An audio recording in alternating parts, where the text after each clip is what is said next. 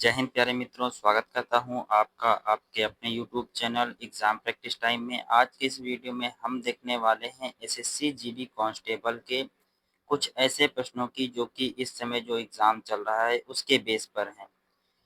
क्योंकि अभी हमारा जो एसएससी का एग्ज़ाम चल रहा है और जिन स्टूडेंट ने अभी एग्ज़ाम नहीं दिया है उनका आगे एग्ज़ाम होने वाला है, तो उनके लिए ये वीडियो काफ़ी बेहद असरदार होगा। क्योंकि इस वीडियो में मैंने सेम टू सेम लगभग जैसा एग्ज़ाम आ रहा है आपका उस तरह के क्वेश्चंस लिए हैं। तो चलिए शुरू करते हैं। ये मैं जो वीडियो बना रहा हूँ मतलब कि एक प्रैक्टिस के हिसाब से पूरा एक मॉक टेस्ट है आपका। तो इसे मैं ज़्यादा मतलब डिटेल में ना बता करके आपको रैपिड फायर स्टाइल में पढ़ाऊँगा। तो जहाँ पे हमारा हिंदी का पहला प्रश्न दिया गया है, मूक का विलोम शब्द क्या होगा? तो इसका जो सही अर्थ होगा ऑप्शन नंबर 4 वाचाल। अगला प्रश्न देखते हैं। अगला प्रश्न हमें दिया गया है। हाँ दोस्तों, एक चीज़ ये बतानी थी कि आपका जो इस बार एसएससी जीडी कांस्टेबल का एग्ज़ाम हो रहा है, इसमें जो आपका हिंदी का पेपर होता है, इस बार एसएससी ने कुछ ऐसा खेला खेला है कि आपको हिंदी में 3 से 4 क्वेश्चन ऐसे दिख जाएँगे जिसमें या तो आपको ऑप्शन जो है इंग्लिश में दिया होगा या फिर आपको जो है क्वेश्चन में ही कुछ इंग्लिश में दिया होगा। ये कुछ चेंज किया है एसएससी ने, पता नहीं कैसे क्या है, लेकिन ये चेंज हुआ है। तो आप ये याद रखिएगा कुछ बहुत क्वेश्चन को मतलब जो है इनकी इंग्लिश भी देख लेना। जैसे कि यहाँ पे हमारे पास प्रश्न दिया गया है कि वह व्यक्ति जिसने अपनी आँखों से घटना देखी हो उसे क्या कहते हैं? उसे हम कहेंगे विटनेस। जो ऑप्शन नंबर 3 है वो इसका राइट आंसर हो जाएगा। ठीक है? अगला प्रश्न देखते हैं। अगला प्रश्न हमारे पास यहाँ पे दिया गया है, मेरे घर उसके बाद डैश है, 2 बच्चे हैं, वाक्य के रिक्त स्थान के लिए उपयुक्त कारक। देखो मेरे घर में 2 बच्चे हैं, ठीक है? तो यहाँ पर जो ऑप्शन नंबर हमारा ये 3 है यही इसका राइट आंसर हो जाएगा। अगला प्रश्न देखते हैं। अगला प्रश्न यहाँ पे दिया गया है कि जो ये रेखांकित अंश का जो शब्द है इसको सही लिखना है, मतलब वर्तनी के हिसाब से इस शब्द को सही लिखना है। तो वर्षा, उसके बाद यहाँ पे लिखा है ऋतु की, तो बात ही कुछ और है। तो यहाँ पे जो ऋतु है ये वर्तनी की दृष्टि से गलत है, तो इसका जो सही रूप होगा वो ऑप्शन नंबर 2 जो यहाँ पे ऋतु लिखा है ये वाला होना चाहिए। ठीक है, वर्तनी की दृष्टि से ऋतु का ये वाला शब्द सही है। अगला प्रश्न देखते हैं। अगला प्रश्न यहाँ पे दिया गया है असाइन। जैसे देखो यहाँ पर आपको इसी तरह का क्वेश्चन भी आएगा कि आपको क्वेश्चन में इंग्लिश में पूछ लिया होगा। तो जैसे यहाँ पे पूछा है असाइन के लिए सही पारिभाषित शब्द नहीं है, तो असाइन के लिए जो पारिभाषित शब्द नहीं है वो ऑप्शन नंबर यहाँ पे 4 है। ग्रहण करना ये असाइन का शब्द नहीं है, मतलब इसका पारिभाषित शब्द नहीं है। ठीक है, अगला प्रश्न देखते हैं। अगला प्रश्न दिया गया है, कह रहा है कि अशुद्ध वाक्य है, मतलब कि जो 4 हमें ऑप्शन दिए गए हैं इसमें से कौन सा वाक्य अशुद्ध है? तो यहाँ पे जो ऑप्शन नंबर 2 दिया गया है, जया एक बुद्धिमान बालिका है। तो देखो बुद्धिमान जो है ये एक पुल्लिंग शब्द के साथ लगता है ना कि स्त्रीलिंग के साथ, तो बुद्धिमान की जगह पर यहाँ पे बुद्धिमती होना चाहिए था। तो उस हिसाब से ये दूसरा ऑप्शन ही अशुद्ध वाक्य है। ठीक है, अगला प्रश्न देखते हैं।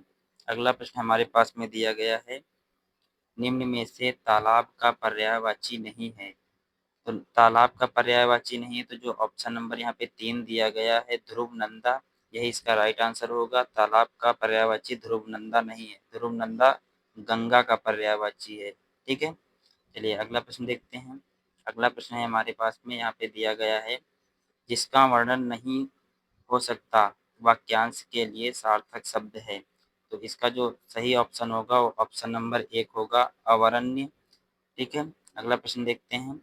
अगला प्रश्न देखिए यहाँ पर भी दिया गया है कि सहमति का अंग्रेजी में पारिभाषिक शब्द क्या होगा? तो इसका जो राइट आंसर होगा वो ऑप्शन नंबर 2 होगा आपका, कन्क्रुएंस। ठीक है, कन्क्रुएंस यही आपका सही ऑप्शन हो जाएगा, ऑप्शन नंबर 2। अगला प्रश्न देखते हैं। अगला प्रश्न हमारे पास में यहाँ पे दिया गया है, इसमें भी देखिए आपको इंग्लिश में ही क्वेश्चन पूछ लिया है, मतलब कुछ वर्ड इंग्लिश का दे दिया। जैसे दिया है कि असाइनमेंट शब्द के लिए हिंदी भाषा में उचित पारिभाषिक शब्दावली का चयन करें। तो इसका जो राइट आंसर होगा वो आपका ऑप्शन नंबर 2 होगा, समानुदेशन। ठीक है, यही इसका राइट आंसर हो जाएगा। चलिए अगला प्रश्न देखते हैं। अगला प्रश्न है हमारे पास में यहाँ पर, ये जीके का प्रश्न है, प्रश्न कह रहा है कि पांचवी पंचवर्षीय योजना जो कि 1974 से 1979 के बीच थी, के मुख्य उद्देश्य क्या थे? तो इसके जो मुख्य उद्देश्य थे पांचवी पंचवर्षीय योजना के, वो ऑप्शन नंबर 2 गरीबी का उन्मूलन और आत्मनिर्भरता पर, तो आत्मनिर्भरता की प्राप्ति। ठीक है, अगला प्रश्न देखते हैं। अगला प्रश्न यहाँ पे दिया गया है कि भारत में सबसे लंबी नदी कौन सी है? यहाँ पे गलत लिख गया है थोड़ा, हाँ, कौन सी है, यानी कि भारत की जो सबसे लंबी नदी है वो ऑप्शन नंबर 3 है, गंगा भारत की सबसे लंबी नदी है। आगे देखते हैं अगला प्रश्न।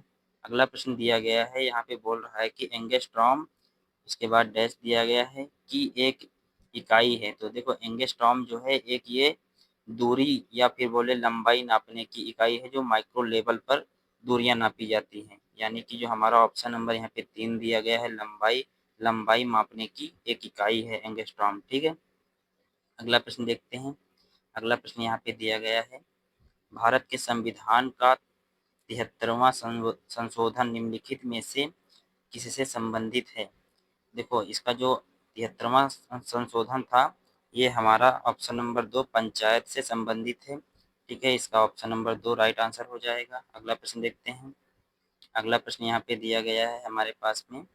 प्रश्न कह रहा है कि न्यूनतम आवश्यकता कार्यक्रम की शुरुआत के दौरान की गई थी, मतलब किस कार्यक्रम के दौरान की गई थी, किस योजना के दौरान? यहाँ पे जो योजनाएं दी गई हैं हमारे पास में, तो इसका जो राइट आंसर होगा वो ऑप्शन नंबर 3 होगा आपका, पांचवी पंचवर्षीय योजना। ठीक है, ये जो ऑप्शन नंबर 3 दिया गया है यही राइट आंसर हो जाएगा, पांचवी पंचवर्षीय योजना।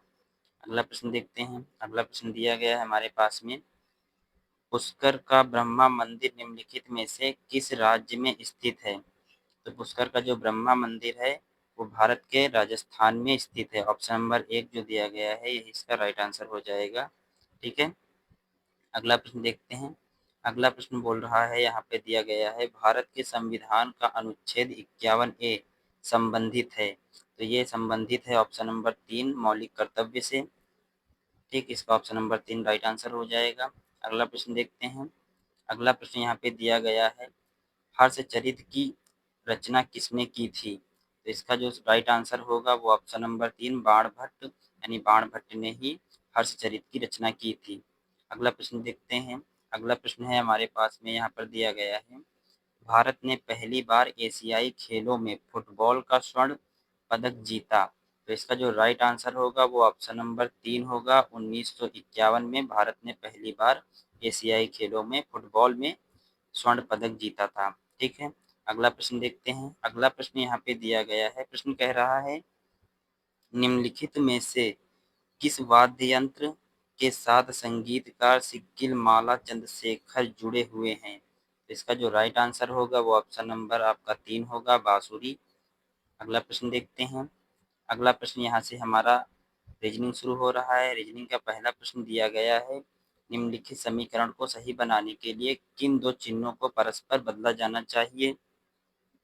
देखो रीजनिंग के इस तरह के प्रश्न जब सॉल्व किए जाते हैं तो सिंपल से यहाँ पे अगर हम देखें तो कौन सा लग सकता है, भाग और प्लस को अगर हम एक दूसरे से चेंज कर दे तो कितना हो जाएगा, सॉरी गुणा और प्लस को, यानी यहाँ पे अगर गुणा हो जाए यहाँ पर प्लस तो कितना हो जाएगा।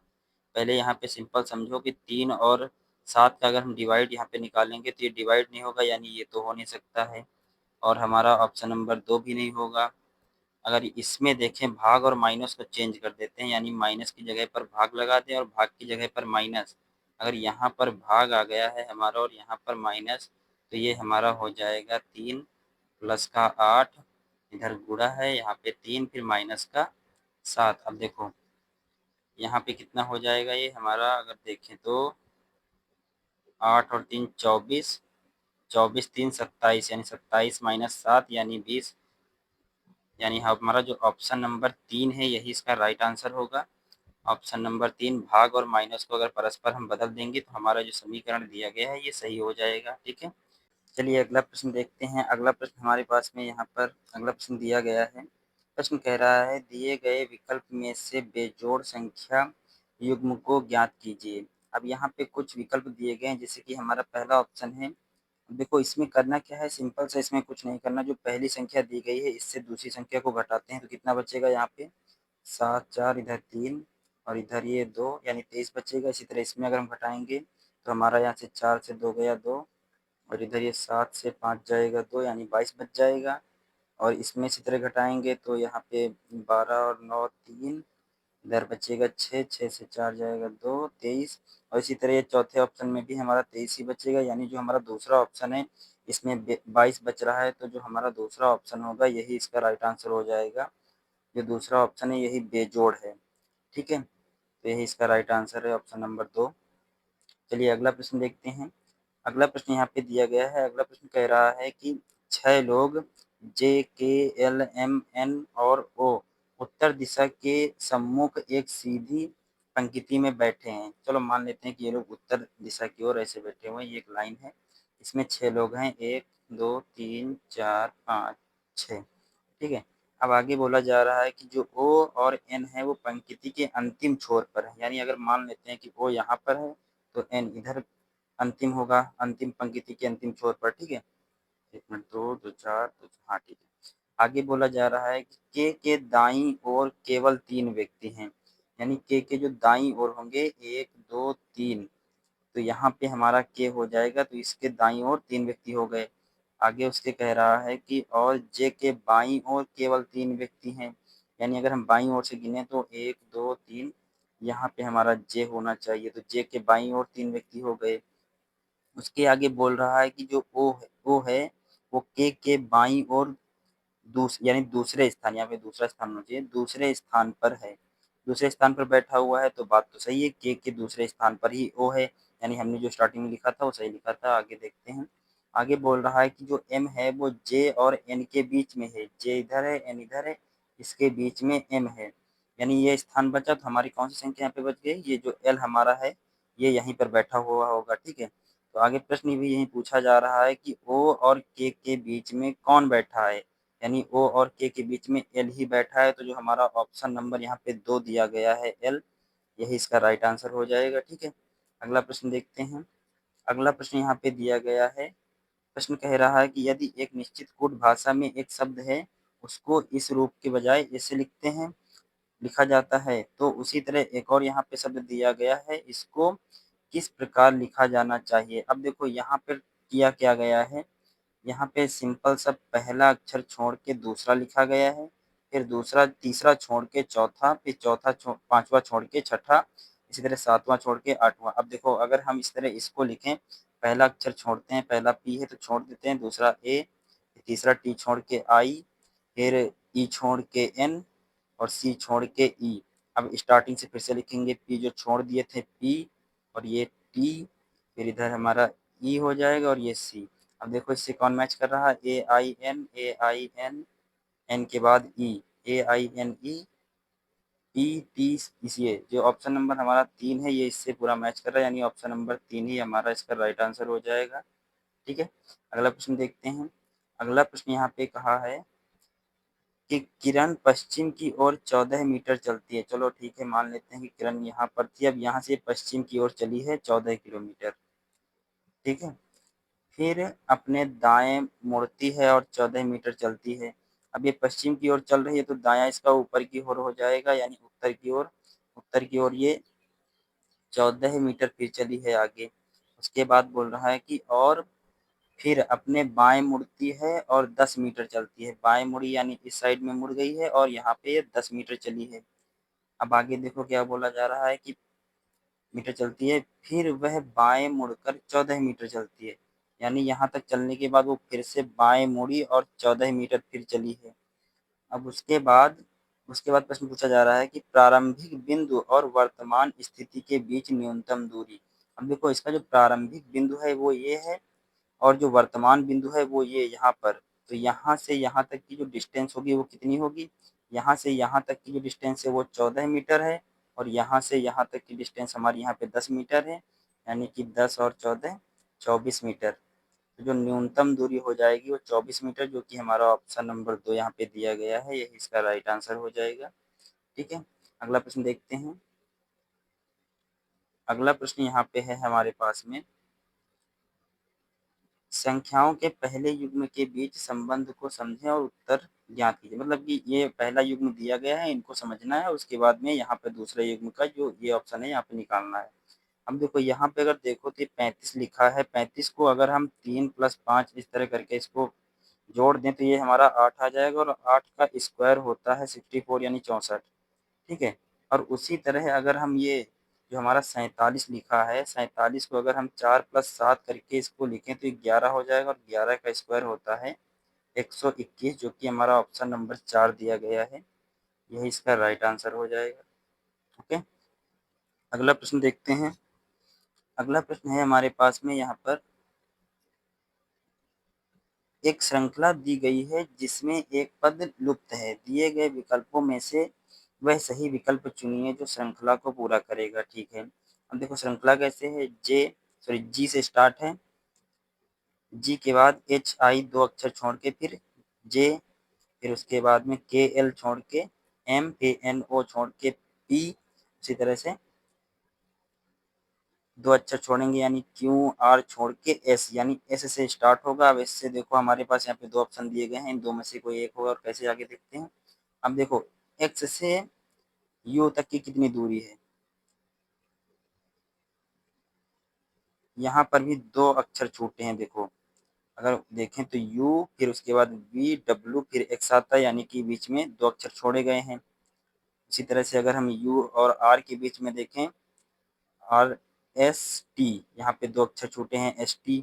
उसी तरह से अगर O और R के बीच में देखें तो PQ इधर छूट गया है। अब O से 2 अक्षर छोड़ करके एक कोई अक्षर आएगा, वो कौन सा आ जाएगा। देखो O से पहले आता है हमारा N, और N से पहले M है, तो M से इन 2 अक्षरों को छोड़ने के बाद M से पहले जो आता है L वही होगा इसके साथ में, यानी SL, जो हमारा ऑप्शन नंबर यहाँ पे दिया गया है दूसरा, यही इसका राइट आंसर हो जाएगा। ठीक है, SL। अगला प्रश्न देखते हैं। अगला प्रश्न भी यहाँ पे कूट भाषा का ही दिया गया है, यानी कि ऐसा सिंपल समझ लो कि एक एक शब्द है, इसको किसी कोड भाषा में इस तरह लिखा जाता है, तो उसी तरह इस शब्द को उस कोड भाषा के हिसाब से कैसे लिखा जाएगा। अब देखो यहाँ पर तुम समझो, इसमें भी कुछ काम किया गया है, वो पीछे से किया गया है। देखो यहाँ पे ई है, अगर ई में हम इसको इधर लिख देते हैं, अगर TROUBLE। ठीक है। अब देखो ई में अगर हम 2 जोड़ के इसको पहले लिख देते हैं, मतलब इसमें +2 किया और इसको पहले लिख देंगे, तो ई से 2 अक्षर पहले क्या, 2 अक्षर मतलब बाद कितना आ जाएगा, तो ई के बाद में 2 अक्षर बाद आता है जी, EFG। ठीक है, दूसरे नंबर पे। उसी तरह से अगर हम देखेंगे एल के बाद में, तो एल से 2 अक्षर पहले एन। देखो मैच कर रहा है ना इसी तरह। अब इसी तरह मतलब कि यहाँ पे 2-2 प्लस करके लिखा गया है।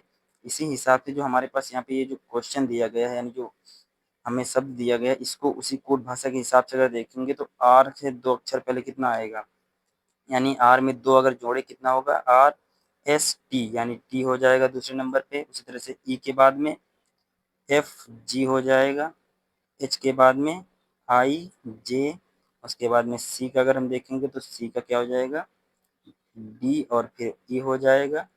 यहाँ पे ए से 2 अक्षर पे बाद मतलब, तो ये हमारा A, B और C दूसरे नंबर पे आ गया। इसी तरह ई के बाद में ई के बाद हमारा हो जाएगा F और ये G, यानी देखो यहाँ पे कौन मैच कर रहा है, और टी के हिसाब से हमारा V हो जाएगा, यानी TGJE ये दोनों मैच हो रहे हैं यहाँ तक। इसके बाद यहाँ पे सी, यानी ऑप्शन नंबर जो हमारा 4 दिया गया है, ये पूरा मैच हो रहा है, तो यही इसका राइट आंसर हो जाएगा, ऑप्शन नंबर 4। ठीक है, अगला प्रश्न देखते हैं। अगला प्रश्न यहाँ पे संख्याओं का दिया गया है। संख्या दी गई है, निम्नलिखित प्रत्येक संख्या श्रृंखला में प्रश्नवाचक चिन्ह के स्थान पर क्या आएगा। मतलब ये दिया गया है, यहाँ पे प्रश्नवाचक रहा होगा तो इस जगह पे कितना आना चाहिए। अब यहाँ पे सिंपल समझो, 33 के बाद में 47, फिर एक संख्या कम हो गई, यानी ये इस तरह ना होकर के कुछ इस तरह है। इस संख्या का रिलेशन इससे है, फिर इसका रिलेशन इस संख्या से है, और इसका इससे। अब कैसे, अब देखो यहाँ पे +11, यानी इसमें 11 जोड़ा गया है, और यहाँ पे +12 जुड़ा है, और यहाँ पे +13। ठीक है, इसी प्रकार से अगर हम यहाँ पर देखें 47 और 58, इसमें भी +11 पहले जुड़ा है। ठीक है, और 58 से 70 में +12 जुड़ा है, यानी अब 70 में अगर हम +13 जोड़ देंगे तो हमारा इसका अब जो क्वेश्चन मार्क जगह पे आनी चाहिए संख्या वो आ जाएगी कैसे। अब देखो 0 0 3 3 हो गया, 7 1 8 यानी 83। 83 ही वो संख्या होगी जो यहाँ पे आएगी, जो ऑप्शन नंबर हमारा यहाँ पे 4 दिया गया है, यही इसका राइट आंसर हो जाएगा। ठीक है, अगला प्रश्न देखते हैं। तो अगला प्रश्न यहाँ पे दिया गया है, ये भी उसी तरह है, यहाँ पर भी मतलब एक संख्या दी गई है, क्वेश्चन मार्क की जगह पे हमें बताना है कितना आएगा। अब इसको समझो, इसमें क्या किया गया है, 2 में 2 जोड़ा गया है तो 4 हो गया, मतलब कि +2 हुआ है। उसके बाद में इधर ये 6 हो गया है, यानी कि इसका 3 गुना, 2 का 3 गुना 6, और 6 का 3 गुना 18 यहाँ पर जोड़ा गया है। यानी जो संख्या पहले दी गई है उसका 3 गुना इसमें जोड़ा गया है। ठीक है, उसके बाद ये जो संख्या दी गई इसका 3 गुना 10 में जोड़ा गया है। अब इसके बाद जो यहाँ पे बीच में आएगा 18, और 18 का जो सॉरी 6 का मतलब 3 गुना 18 जो आया इसको इसमें 10 में जोड़ दिया है तो 28 आ गया। अब 28 के बाद में 28 में 18 का 3 गुना, यानी 18 36 और 54, यानी 54 को हम 28 में जोड़ेंगे तो कितना हो जाएगा, ये 2 हो जाएगा, 5 2 7 3 8 82, यानी 82 हमारा इसका राइट आंसर होगा। जो ऑप्शन नंबर इधर हाँ 4 दिया गया है ये वाला, ये इसका राइट आंसर हो जाएगा, ऑप्शन नंबर 4। ठीक है, मतलब कि जो संख्याएं हैं यहाँ पे 3 3 गुना करके दी गई हैं, मतलब कि 3 से यहाँ पे 2 जुड़ा है, उसके बाद में 2 का 3 गुना 6 जुड़ गया है, फिर से 6 का 3 गुना 18 जुड़ गया, फिर 18 का 3 गुना 54, इसी तरह 54 का 3 गुना करेंगे तो इतना आ जाएगा। ठीक है, चलिए अगला प्रश्न देखते हैं। अगला प्रश्न यहाँ पे मैथ का दिया गया है, एक यहाँ पे एक क्वेश्चन है जो कि सिंपल सा एक सरल करना है। मान लीजिए एक इक्वेशन दी गई जिसको बॉडमॉस फॉर्मूले के हिसाब से करेंगे। तो यहाँ पे देखो पहले क्या है, ब्रैकेट के अंदर जो संख्या लिखी होती है पहले इसको सॉल्व करते हैं। ब्रैकेट के अंदर जो लिखा है इसको अगर हम सॉल्व करेंगे तो कितना हो जाएगा हमारे पास में, यहाँ पे देखो ये हमारा हो जाएगा 0 से 5 गया 5, मतलब 10 से उधर बचा हमारा 9, 9 से 7 गया 2, इधर 4 से 2 गया 2, यानी 12 25। उसके बाद में भाग में इधर 25 से, यानी 25 से अगर हम भाग देते हैं इसको सिंपल से 5 से काटो अगर, तो 5 ये 2 बार जाएगा, ये 4 और ये 5, इसको फिर से 5 से काट देते हैं तो ये 5 से 4 बार जाएगा और 9 बार, यानी इतने की वैल्यू जो आएगी वो आएगी 49। उसके बाद में इधर भाग दिया गया है 7 से, तो 7 से जब भाग देंगे तो बचेगा 7, और लास्ट में इधर बचा है 300, तो 300 किसी में जोड़ देंगे तो 300 को 7 में जब जोड़ेंगे 307, यही हमारा इसका राइट आंसर हो जाएगा, जो कि ऑप्शन नंबर हमारा पहला यहाँ पे दिया गया है 307, यही इसका राइट आंसर हो जाएगा। ठीक है, चलिए अगला प्रश्न देखते हैं। अगला प्रश्न यहाँ पे दिया गया है, प्रश्न कह रहा है कि 12 24 और 30 का लघुत्तम समापवर्त क्या है। तो देखो लघुत्तम समापवर्त यानी एलसीएम हमें निकालना है, तो एलसीएम तो निकाल ही लेंगे, इसमें क्या करना है, यानी ऐसी संख्या देखनी है जो तीनों से कट जाए, बड़ी से बड़ी इसमें से कौन सी संख्या है।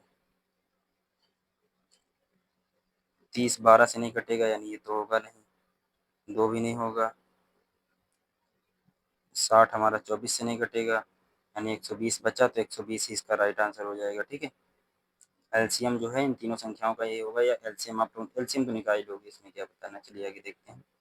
आगे यहाँ पे क्वेश्चन कह रहा है कि एक खिलौने वाली एक कार का विक्रय मूल्य 540 रुपये है।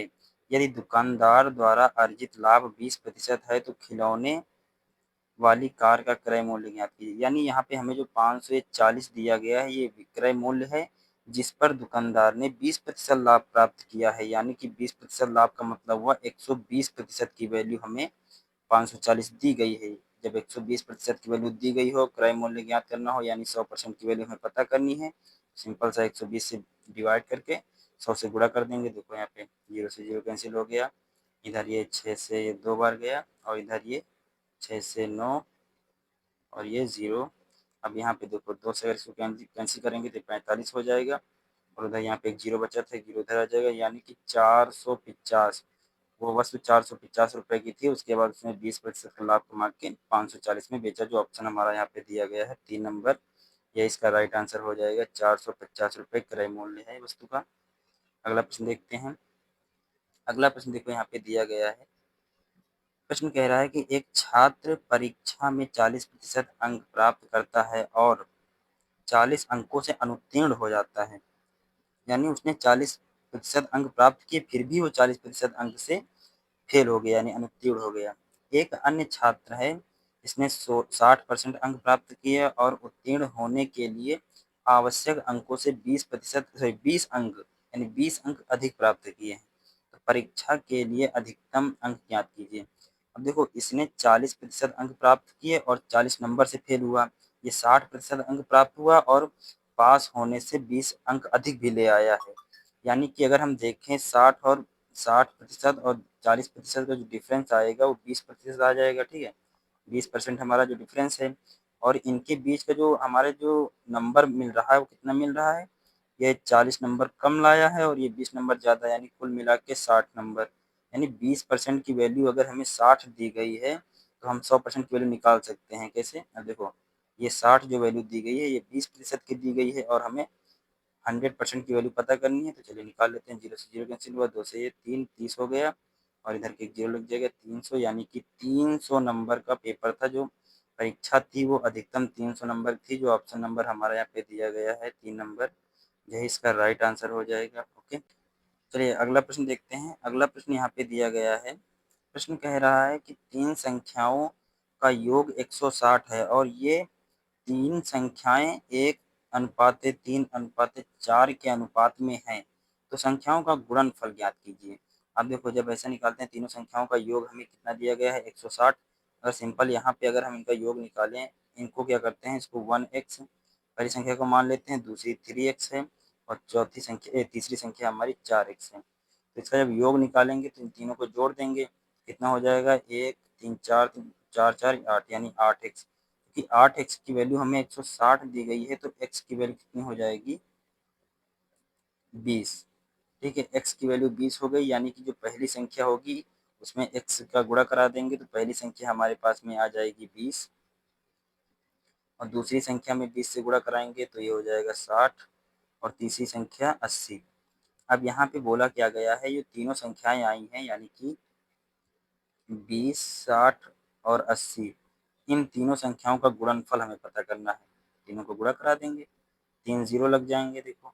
ठीक है, उसके बाद अगर इधर देखें तो 8 और 6 का गुणा, 8 छंग 48 हो जाएगा 48। 48 का दुगुना करेंगे तो 8 दूनी 16, 4 दूनी 8 1 9 यानी 96।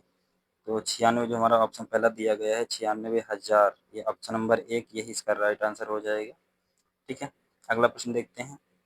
अगला प्रश्न यहाँ पे दिया गया है। प्रश्न कह रहा है कि दो संख्याएं हैं 7:11 के अनुपात में, यदि उनका महत्तम समापवर्तक 28 है तो दोनों संख्याओं का योग क्या होगा। देखिए, महत्तम समापवर्तक मतलब कि HCF। HCF क्या होता है, किसी भी संख्या में जो कॉमन संख्या होती है उसे ही महत्तम समापवर्तक कहते हैं। महत्तम समापवर्तक यहाँ पे 28 दिया गया है। अगर यहाँ पे हम देखें, ये जो हमारा 7:11 लिखा है, अगर हम मान लेते हैं इन दोनों संख्याओं में जो हमारी कॉमन संख्या है वो x है, तो x की वैल्यू हमें 28 दी गई है महत्तम समापवर्तक। ठीक है, अब इसी 28 का गुणा दोनों में करा देंगे तो दोनों संख्याएं हमें मिल जाएंगी। तो 28 का गुणा अगर हम 7 से कराते हैं कितना हो जाएगा, 8 7 56, 7 दूना 14 और ये 56, हाँ 196 पहली संख्या हो जाएगी। और दूसरी संख्या अगर हम देखेंगे प्लस 11 का 28 से गुणा कराते हैं तो 11 8 88 और 11 दूना 22, 22 ये हो जाएगा 30, यानी 308 दूसरी संख्या है, पहली संख्या 196। हमें उसके बाद पता क्या करना है कि दोनों संख्याओं का योग दोनों को जोड़ के निकालते हैं। तो 8 6 14 हो जाएगा। ठीक है, उसके बाद में ये 9 1 10 हो जाएगा।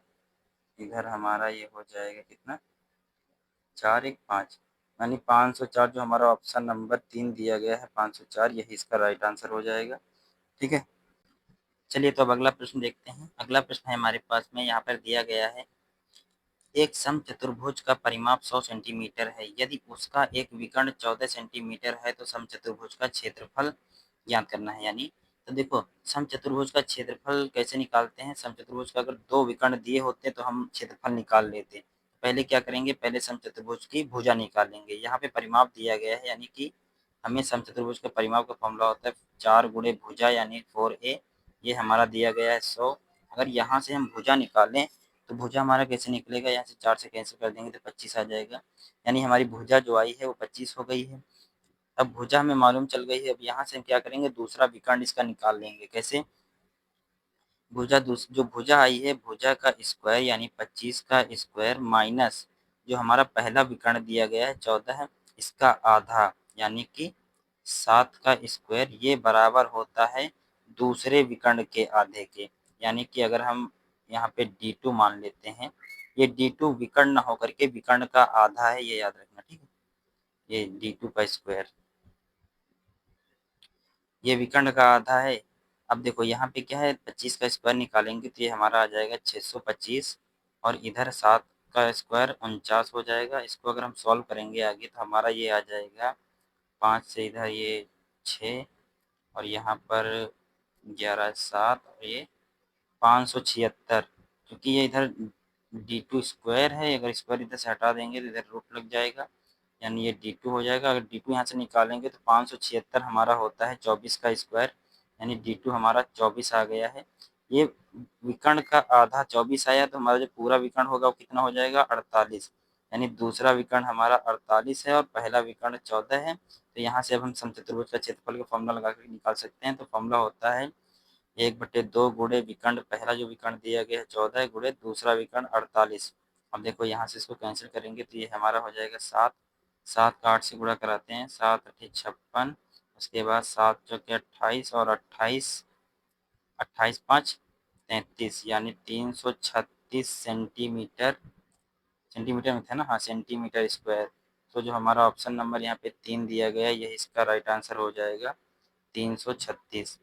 ठीक है, अगला प्रश्न देखते हैं। देखिए अगला प्रश्न यहाँ पे कह रहा है कि उस वृत्त का क्षेत्रफल ज्ञात कीजिए जिसकी परिधि 121 वर्ग सेंटीमीटर, यहाँ पे मीटर लिखा है, क्षेत्रफल वाले वर्ग की परिधि के बराबर है। अब देखो एक वर्ग है जिसका जिसका मतलब क्षेत्रफल हमें दिया गया है 121 वर्ग सेंटीमीटर, उसकी परिधि और वृत्त की परिधि बराबर है। तो देखो वर्ग की परिधि कहें या फिर वर्ग का परिमाप, तो वर्ग का परिमाप होता है 4 गुणे भुजा, ठीक है, 4 गुणे भुजा। लेकिन अभी हमें भुजा तो मालूम नहीं है, भुजा पहले कैसे निकालेंगे, क्षेत्रफल से। तो वर्ग का क्षेत्रफल का फॉर्मूला होता है भुजा स्क्वायर बराबर, यहाँ पे हमें दिया गया है 121, यानी भुजा हमारी आ जाएगी 121 का अगर हम रूट निकालेंगे तो ये हमारा हो जाएगा 11, यानी भुजा हमारी 11 आ गई है। ठीक है, अब भुजा 11 है तो उस हिसाब से वर्ग का परिमाप कितना हो जाएगा, यानी वर्ग की परिधि 4 गुणे भुजा।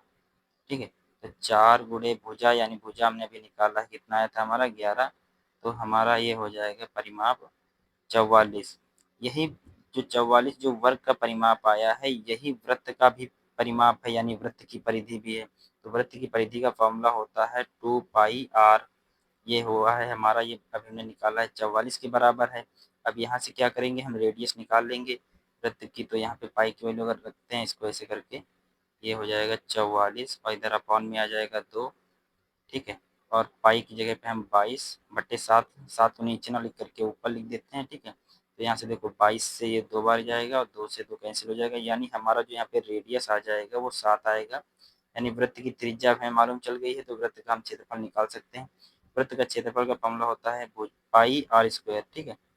तो पाई आर स्क्वायर ने भुजा भी निकाली थी, तो भुजा नहीं, त्रिज्या हमने निकाली है, तो पाई की वैल्यू रख देंगे 22/7, त्रिज्या भी हमारी है 7, तो 7 का स्क्वायर यानी 7 गुणे 7, 7 से एक 7 कैंसिल हो जाएगा, दूसरा यहाँ पे गुणा करा देंगे इसका, तो ये 7 दूनी 14 है, और 7 दूनी 14 एक 15, यानी 154 वर्ग सेंटीमीटर। ये हमारा ऑप्शन नंबर जो यहाँ पे दिया गया है 3 नंबर, यही इसका राइट आंसर हो जाएगा 154, ठीक है।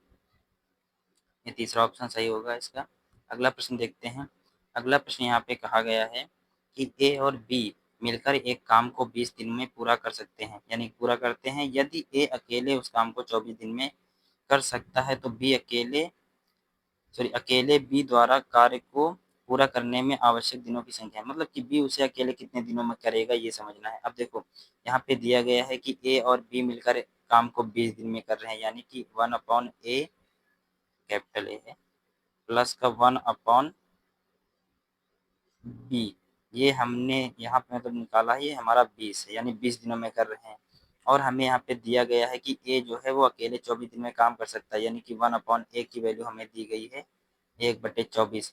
अब यही वैल्यू उठा करके हम पहले इक्वेशन में रख देंगे। ये इक्वेशन मान लेते हैं पहला है, इसमें जब रखेंगे तो ये हमारा कितना हो जाएगा, ये हो जाएगा हमारा कुछ इस तरह 1/24 प्लस का 1/b, ये बराबर है 1/20 के। अब यहाँ से जब b की वैल्यू निकालेंगे तो ये कुछ इस तरह हो जाएगा 1/b माइनस का, इधर भेज देंगे इसको तो 1/24 हो जाएगा, क्योंकि इसका एलसीएम हमारा आएगा 24 का 120। ठीक है, 120 आ गया।